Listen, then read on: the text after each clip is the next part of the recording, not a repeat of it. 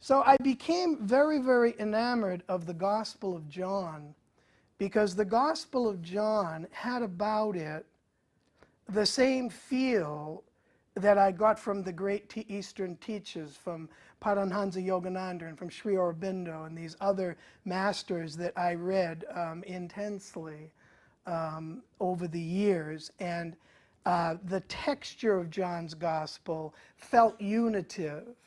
It felt Eastern. And some simple things began to dawn on me in my struggle. First of all, I studied theology, which included the Greek and all that, and continued to pursue this understanding of things. But something began to dawn on me once, and you know, these ideas land upon you when you least expect them, and in repeating them, they sound so abysmally shallow and silly. But one day it dawned on me, he's an Eastern teacher. He wasn't born in Chicago, after all, or London, right? He was born in the East. And so there's this controversy now. Did he go further east from the age of 13 to 30 or whatnot? And from where I sit, I can't help but believe he did, based on nothing other than the texture of John's Gospel and my own experience. And some of the books that are written, I don't know if you've come across Malcolm Palmer's book, The Jesus Sutras. If you haven't, and if you're searching in this direction, after you're done reading my books, that would be a good book to read. The Jesus Sutras by Malcolm Palmer.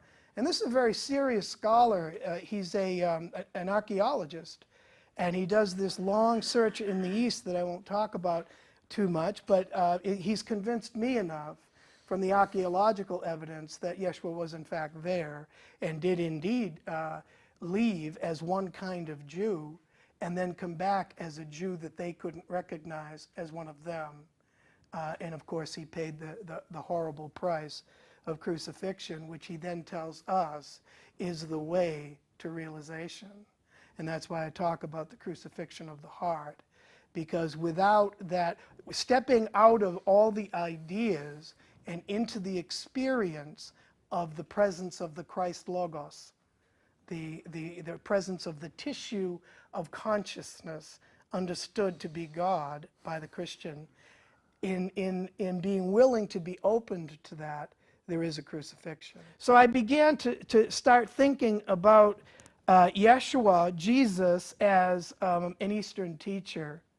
And it's not that I'm denying the theology of the Son of God or Trinitarian theology or any of that. I'm just saying one of the things we've missed is the simple and obvious fact that this is an Eastern teacher.